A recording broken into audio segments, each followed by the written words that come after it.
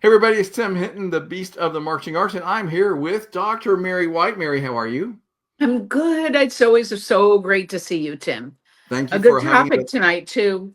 It is. We're talking about Loving Midlife, which is a series that you and I are doing. I so appreciate you taking time to do this with me.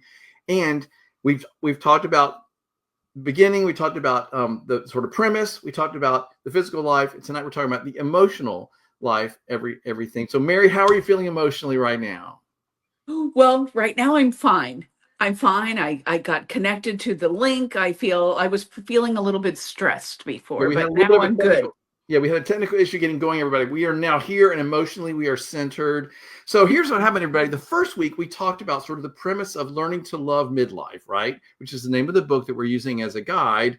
And I want you to figure out how to enjoy midlife more. One of the topics we talked about was that midlife is now this big span of time. It's sort of like your third act for many people. Like they grow up, then they have their whole career, family time, and then they have their next thing. Sometimes it starts as early as 35, all the way into your 70s. So it's a big chunk of time, and we want to harvest all of the good that we have learned, right? So rather than doing a time of winter, just a big slog downhill, the idea is no, it's a time to harvest all the good work you've done.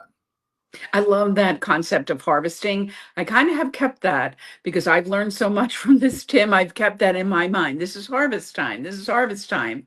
Yeah, because I So think the trope is always, well, you have a sad midlife crisis and it's all downhill. And like, this is not what we're talking about, everybody. Last week, we talked about the physical life, which I was very tuned into. This meant a lot to me. The idea is creating a new, different relationship with your body rather than worrying so much about how you look or what people think about how you look, thinking more about moving through the world with ease and joy and being able to do all the things you want to do. Remember, Mary, there was a question last week. What do you want to be able to do when you're 90?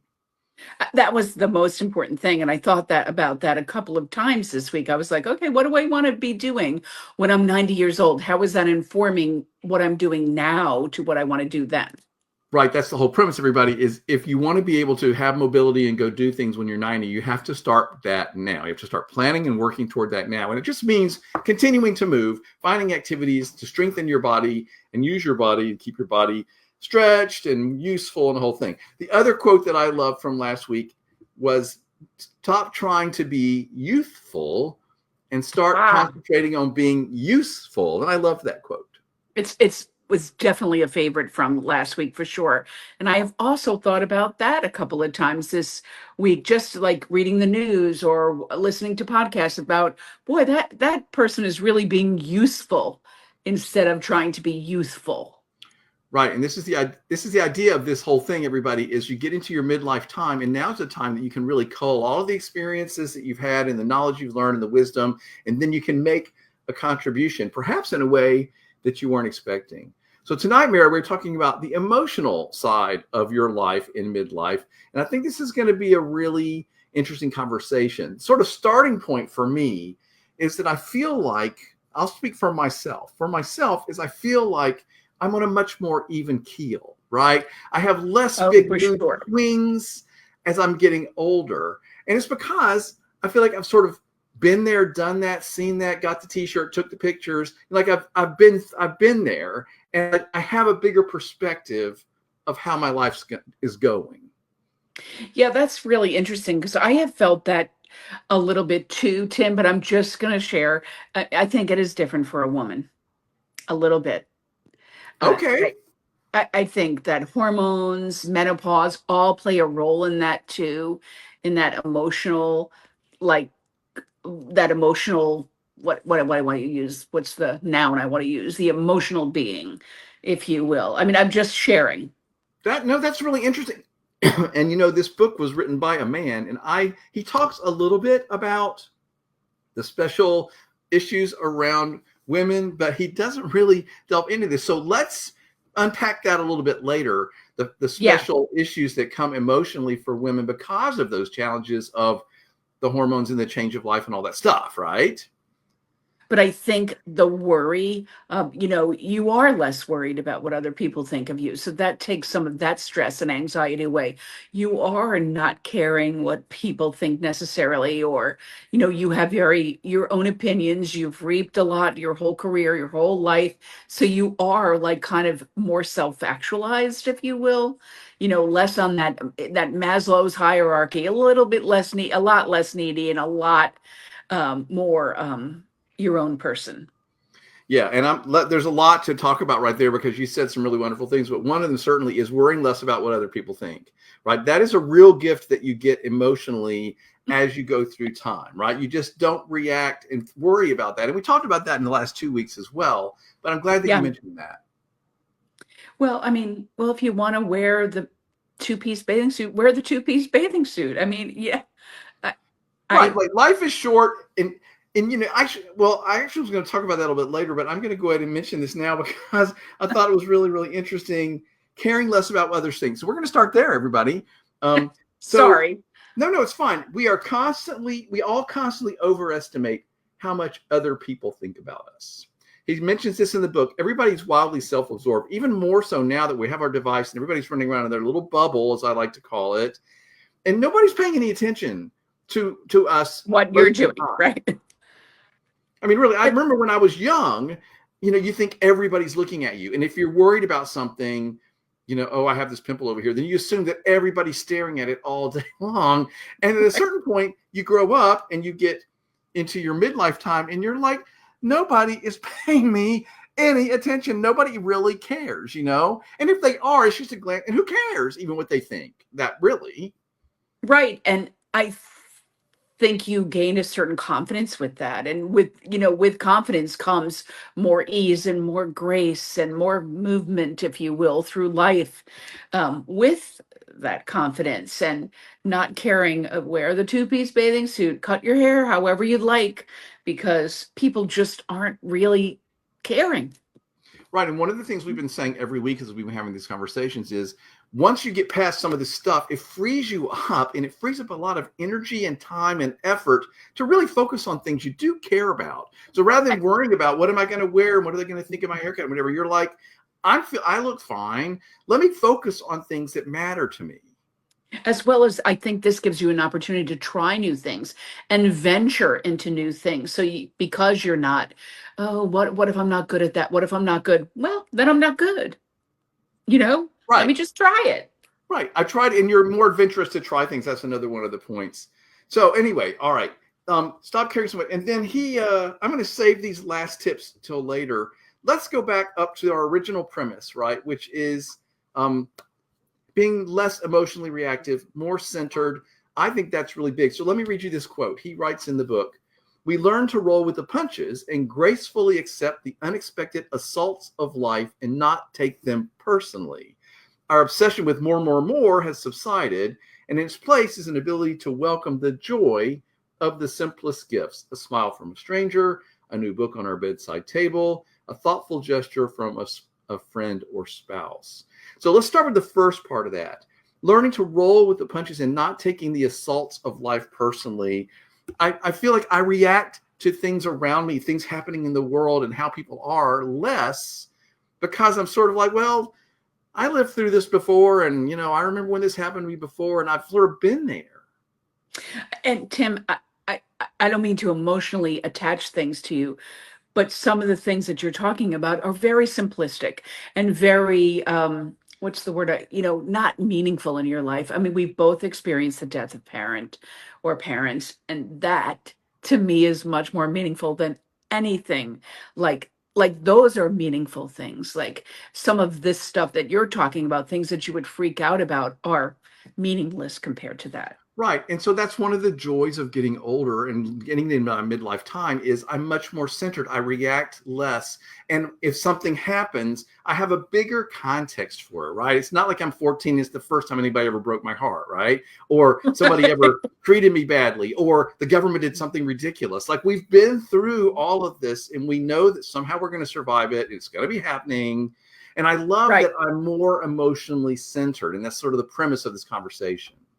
Yes, but what does that mean to be more centered? Does that mean like there's less highs and lows? Does this mean you don't, I think it means you don't overreact. There's less highs and lows. Or, somebody bumps into you in the grocery store, oh, my fault. I'm sorry. It- it's Yeah, not and everything part of that is a for me reaction. manifests simply. Part of that for me manifests simply as nice manners and trying to get along with everybody, right? Like just trying to Right. move through the world as a kind person that gets along with people, makes their day better, open the door for someone. Like those kind of things really matter to me. But I try to react less. I feel like for me, it's like more to like the big stressors, right? Like it's not like I don't feel it or I'm not still feeling big things, but the context is bigger. And The so I'm just context. like, oh man, this is horrible. And I feel this, but I've survived this before. I've been here before. And that gives me a little more centered place to be. You've reaped some of your context from years and years and years of harvesting. Now you're at this harvest time where you can just rely on those Yeah. things to not overreact. I just want to bring something up, Tim. We have talked about being polite and please and thank you and being a good person in all three of these ones. So that must have something to do with physical, spiritual, emotional, all of those.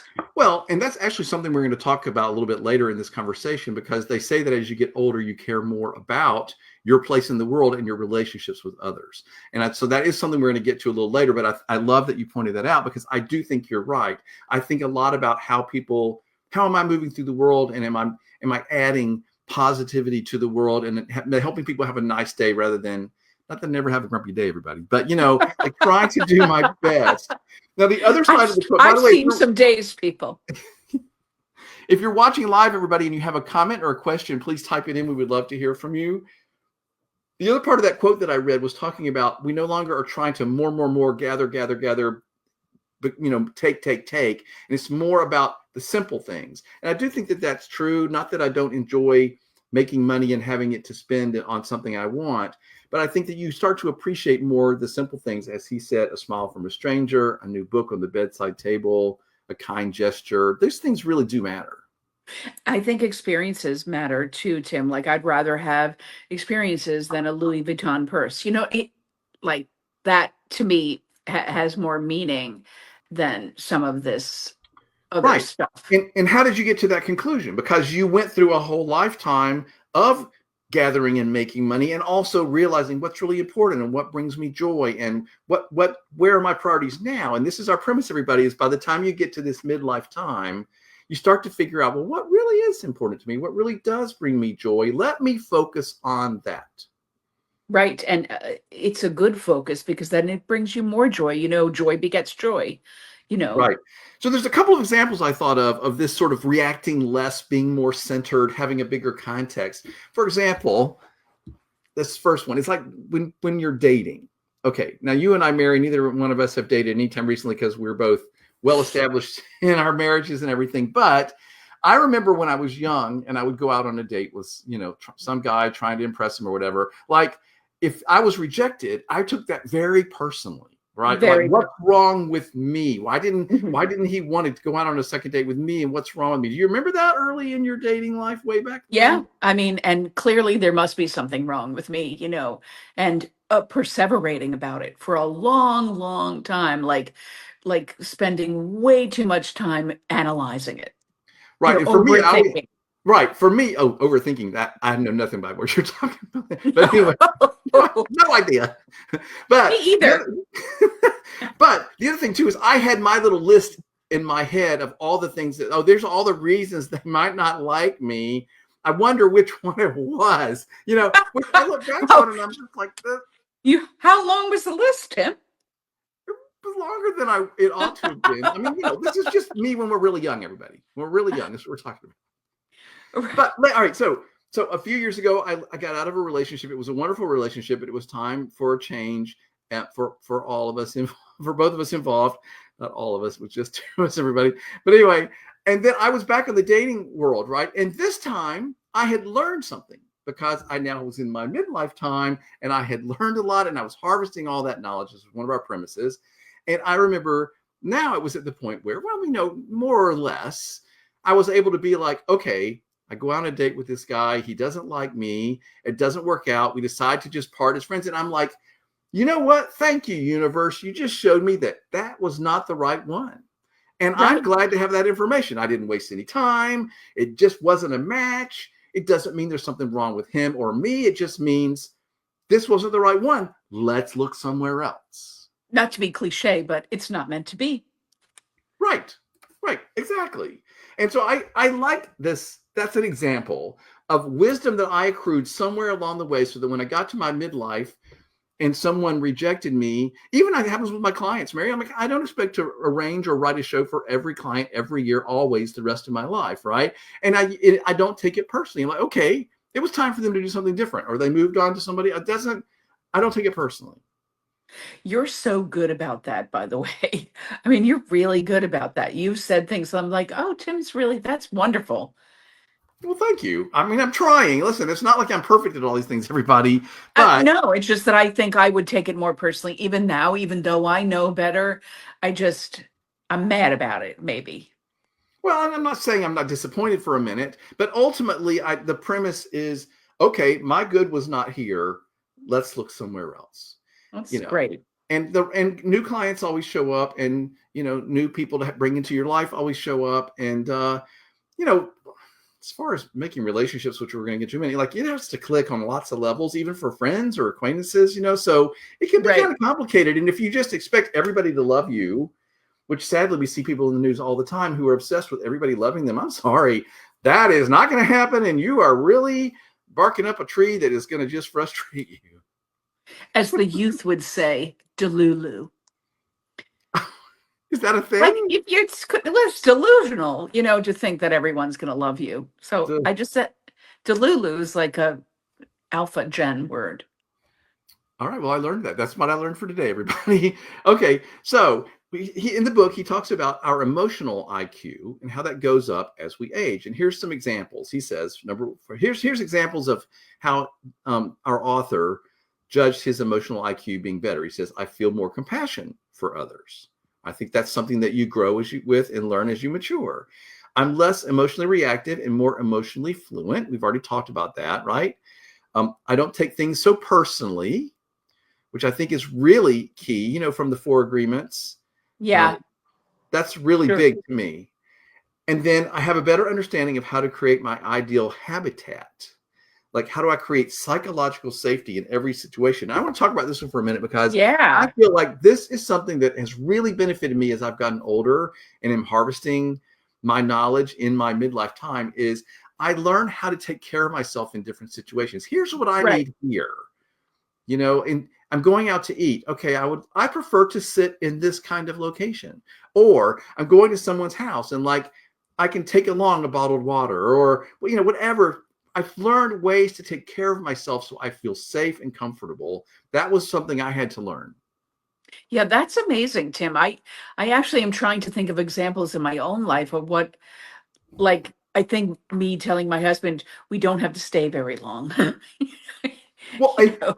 yeah, and that's another one that'll come up later. It's like, you can say like, I need to make an appearance perhaps, but I don't have to stay any longer than I want to, or, or maybe I'm just not even going to go, right? Yeah. Which is another conversation for later.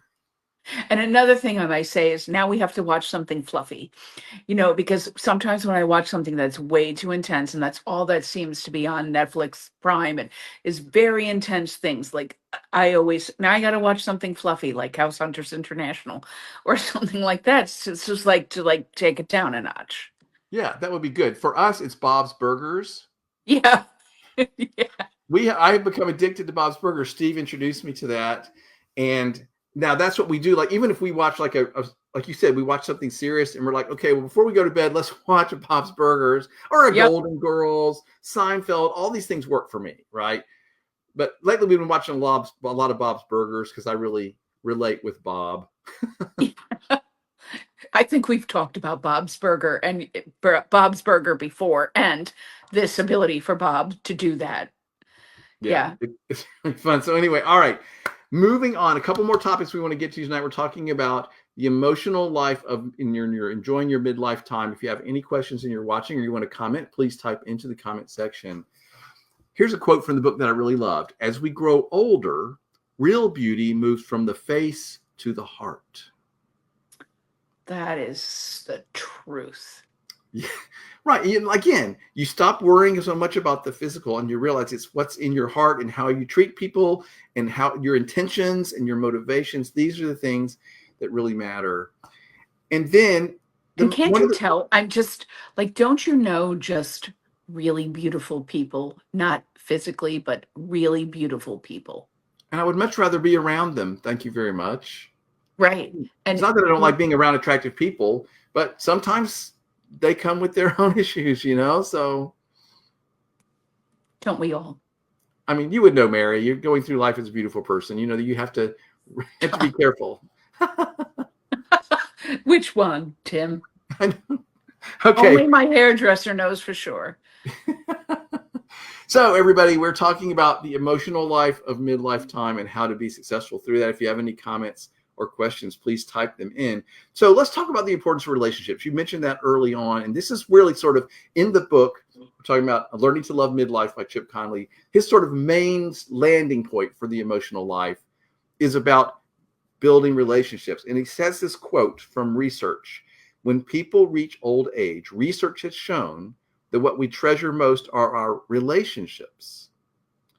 And this is true. And you ask older people that are smart and they're living well, and they talk a lot about the relationships. Part of it is also that you stop being so crazy, like you don't have kids and career and everything quite so much. And like you can focus on, well, what do I need? Right. And what most people end up going to is, I need solid relationships. So that doesn't mean you have to have 45 best friends. It just means you have to have some key relationships that you can count on, people that you can lean on, call, make a phone call, spend some time with, that kind of thing.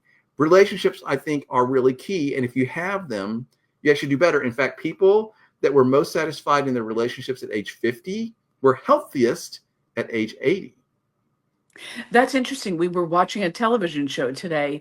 It was a fiction show, um, and um, it was actually a Danish show or some other country. And they were talking about how in America they had done a study about relationships, people who live longer. It was not only an active lifestyle and all of that great stuff, but also the relationships they had. Right. If you have healthy relationships and people in your life, it has been clinically shown that you will live longer. And I think the point of that, Mary, is it's healthy to have people to lean on, people that are supporting you, people that you enjoy being around, whether that's a spouse or a group of friends or some good friends or whatever, however it manifests for each person. It Sure. really is imperative as you're getting older. And so I'd encourage you, if you're entering or in your midlife time, to really think a lot about, what are my relationships? What do I want them to be? Do I need some new ones? How am I going to cultivate those? Spend some time thinking about this. And sometimes I feel like as you age, your circle gets smaller, but I think they could still be just as meaningful, that you have less friends, but really great ones, ones you want to go on vacation with, or ones all ones you tell things to, or ones that are great listeners and ones that are good advice givers and all those things, for sure. Well, not to sound like a grumpy old man, Oh, don't. but sometimes I'm like, I think as I get older, I can give myself permission, as we've already said earlier, I can give myself permission to spend time with people that I really want to be around and not have to spend time around people that I don't really love spending time around. It doesn't mean I don't. I mean, listen, right now I'm running a bed and breakfast. There are people here all the time. Steve and I negotiate that. But like when I'm like, okay, who do I want to spend, what relationships really matter to me? Who do I want to spend time with? I feel like the circle gets smaller because I'm more selective. It's more important to me that it matters more. I don't want to just waste time frivolously with somebody that I don't really want to be around. Right. No, I completely agree. And that's not a bad thing, Tim. I don't think it's a bad thing.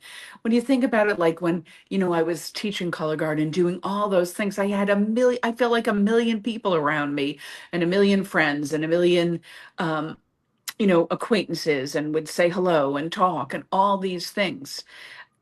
Now I feel like, I have some really close friends and some really great comrades, and of course, my husband, and of course, you, Tim. And Well, Mary, thank you. That's so nice for you to say that. You, of course, are a very, very important friend to me. And I love having these conversations we're having. By the way, everybody, if you're new to this conversation, you just found us. We are doing these every 2 weeks live on here. And the recordings are all on the YouTube channel. Just search for Call Me Beast FL on YouTube. So we have a great, my friend Gary is watching. Hey, Gary, thank you so much for watching tonight. He has a wonderful comment. He says, we all have relationships, some good, some bad. The unhealthy ones, we require a great deal of work and energy. The healthy ones seem to come more naturally. They still require work, but don't sap us of our energy. We all know about these energy vampires, right? energy, what? I'm sorry. Energy vampires. You know, Oh, these yeah, people yeah, that yeah. sort of sap your energy, and it can be really hard to be around them. And I think the older I get, the less I want to put that effort out if it's not going to be comfortable for me. Right. You don't want to be around sucky people. I was just continuing. I'm That's sorry. I'm very sorry. clever, For Mary. anyone who heard that, I'm sorry. No, it's okay. It's live TV, everybody. No, I thought that was really funny, actually. So he does his interesting thing in the book. We're talking about Learning to Love Midlife is the book we're using as our guide here. He actually says, okay, well, here's some suggestions. If you feel lonely and you're wanting to build relationships. So here's the first thing he asks. Ask yourself, are you socially isolated or are you lonely? That's really a great question.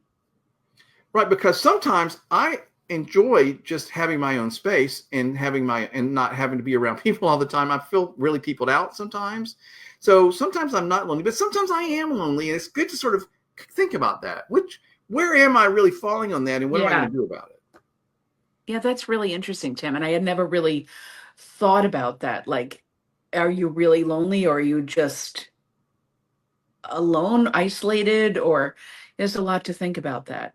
Yeah, and it's okay to spend some time Lonely. alone and enjoy your own Yeah. space. But if you're doing it in a way that is not healthy for you and you're not getting the good relationship time and those nurturing of friends and relationships, then that's something to consider. His next suggestion for what to do if you're lonely and you want to build relationships, and I love this one. He says, become adept at listening.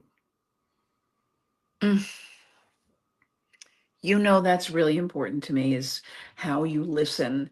I mean, most people just listen to say the next word instead of really listening to the person of what they have to say and really understanding it, taking it in, absorbing it, and sometimes saying nothing and sometimes responding. It's really important.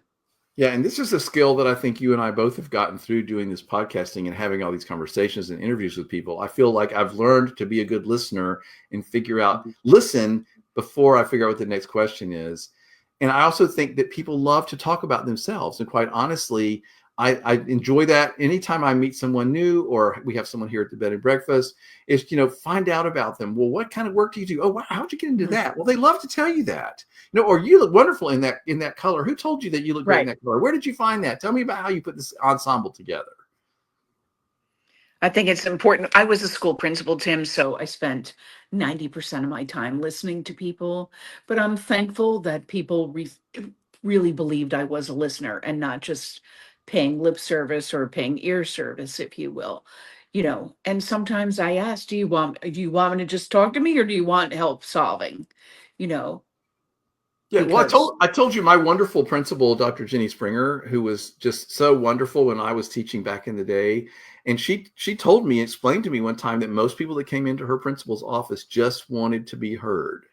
yeah, They didn't care even what she said back to them, but they wanted to be able to say their piece. it's so true, Tim. And So I feel like I really honed my listening skills there. But again, like it's such a great skill that people really don't have.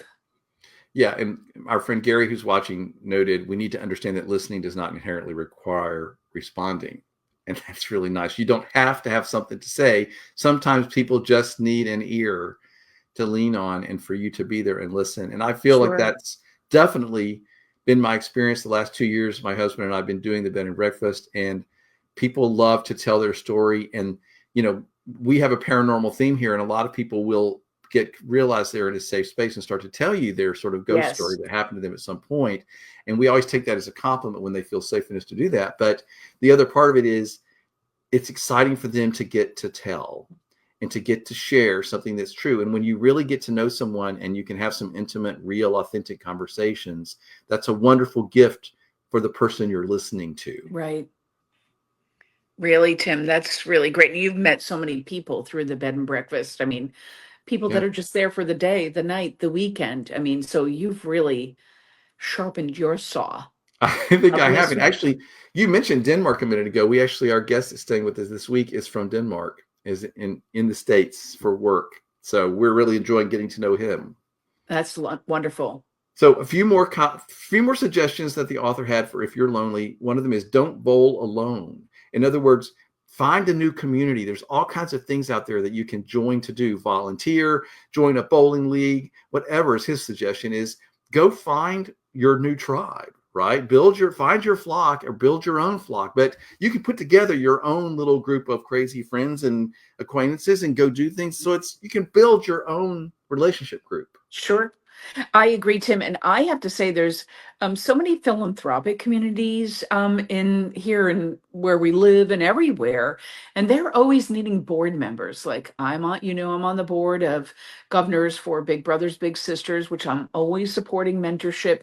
That's a good thing to do. But a lot of community philanthropic organizations do need board members, or they need grant reviewers, or they need things like that, which you could be great at. And there's adults, it's not only with children, but there's adults who are all on there, who serve the community too, who are like-minded. Yeah, I love that. So go find your people, right? You just sometimes you need to go out and take a little risk and find your flock or collect your flock. But and his last suggestion, which we've already talked about multiple times in this conversation, is stop caring so much what other people think.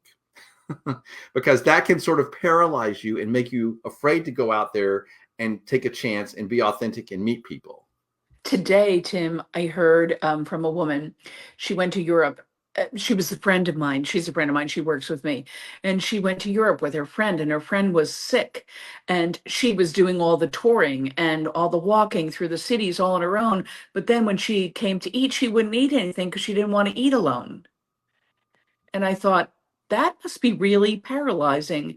That, I mean, she said, it's just a thing I have. I can't eat alone, like in a restaurant in a city. Or I said, no one knows you in that city. Wow.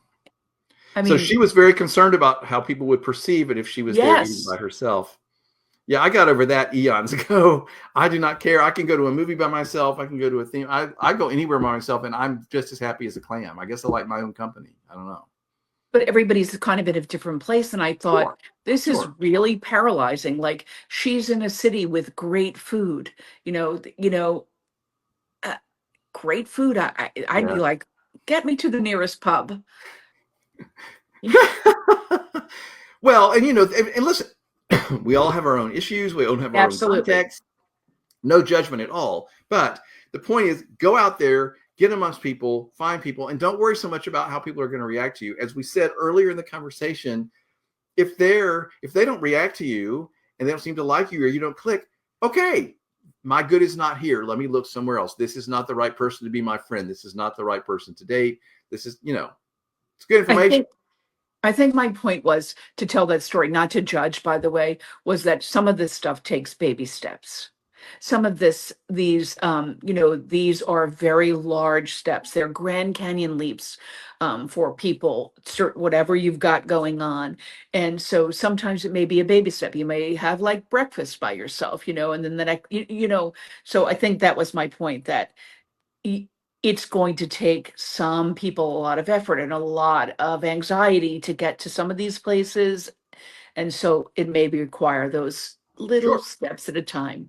Absolutely. And I've been there. I mean, there were issues that I have moved past a lot in my life that were keeping me from enjoying my life fully. And I was happy that I was able to get past most of those. Not that they don't ever reoccur, but when they do, I'm kind of like, oh, there Sure. that one is. It doesn't have the power it used to have.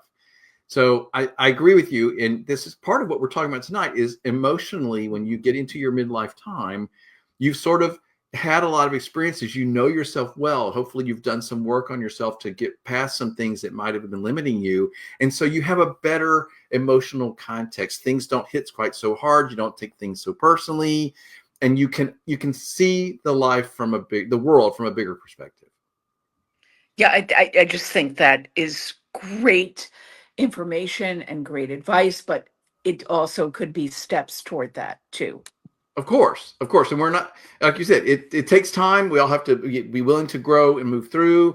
And we're not judging anybody who's on their own path and whatever step they're ready to take, because there are things that I'm still not going to do. I'm not going to jump out of a plane, so you can judge me on that. Never. Not doing I'm not going in a cave. Perfectly okay not doing that. Not going in a cave.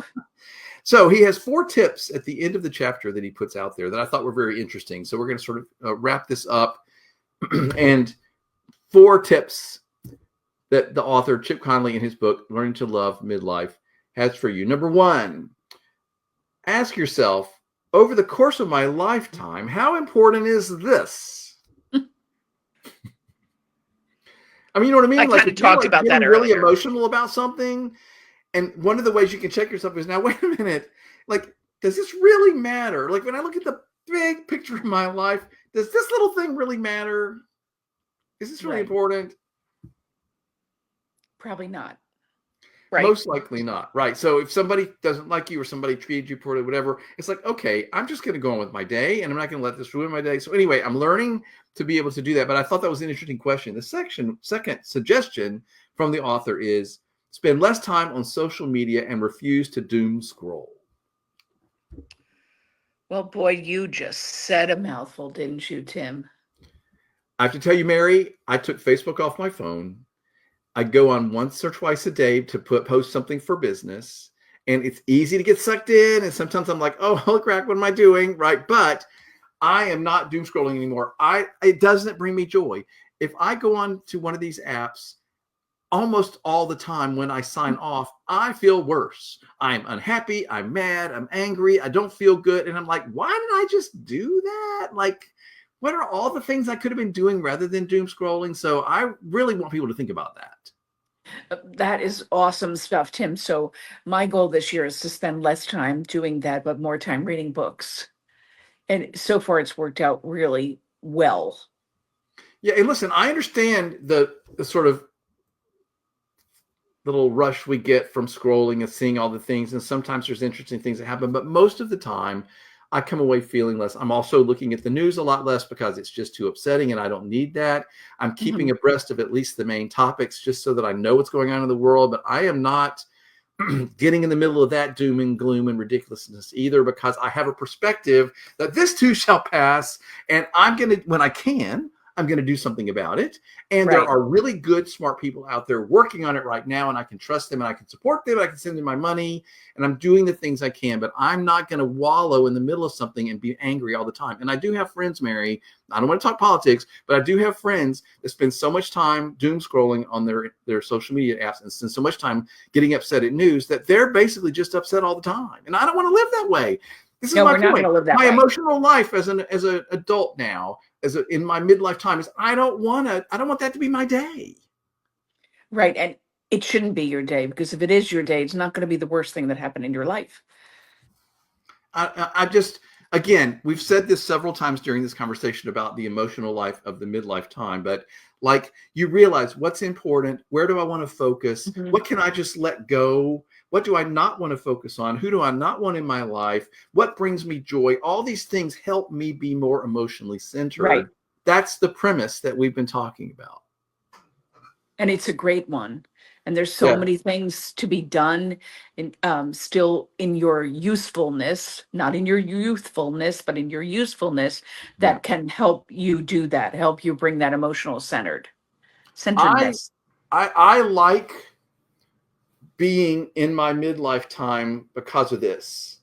Like, I feel like this is a huge gift for me. Is there were times when I was quite distraught emotionally over all kinds of things, very reactive, sensitive to stuff that was happening. And like, I like that I live my life on a more even keel and that I have grown up to the point where I have a more stable less reactive emotional life. And I think that's Sure. one of the gifts of getting older and moving into this time. It's a real harvest, isn't it, Tim? It really is. What do you want to say as we're closing, Mary? Any thoughts on this whole thing about the emotional life that you'd want to say to sort of wrap up? Anything that comes to mind as we're finishing? Well, you know that I'm a real big believer in process. Everyone's in their own process, and everything is a process. So where we may be short on one, we may be long on another. Things take time, and the important thing is to keep growing and keep learning about yourself, and keep saying, "Boy, I really didn't react that way this time. That is real growth." And celebrating those small wins as to your own emotional being. Right. And you sort of alluded to it, and I've mentioned this in each of these conversations, but what's really been powerful for me was to learn myself, learn about myself, know myself, shall we say, so that I can see when I'm doing one of those things and it takes the power away from it. Oh gosh, I'm about to do that thing that I Yeah. was used to do, and I don't do that anymore. And that brings me emotionally centered, and that really matters in my life. Yeah, sometimes I'm still in a process of that, like, Sure. yeah, Oh, for I'm sure. not saying we're ever perfect and that I've got Oh it my, all figured out. But my point is I'm more centered, less reactive, more happy. There's more joy in my life than there was before because I've been harvesting the knowledge and experiences of my life. That's our premise for this series. And I do feel like that's been true for me emotionally. yeah, and you've been considering your usefulness, for sure. Absolutely. I love that. Nice way to end. Mary, this was a really fun conversation. Thanks for having this conversation with me. What's next, Tim? We've done 3 already. Mm-hmm. What's next? There are 3 more of these that are happening every other week live. Next time is the mental live. The one after that is vocational. What do you do after your career? Do you do something vocational? How do you deal with your vocational life? And the last is the spiritual life. So we'll talk about those 3 on the next 3. We're here every other Wednesday. So I'm looking forward to the mental life next week, Mary. That's going to be my favorite. I think it could be. It's going to be really fun. Thanks again for talking with me tonight.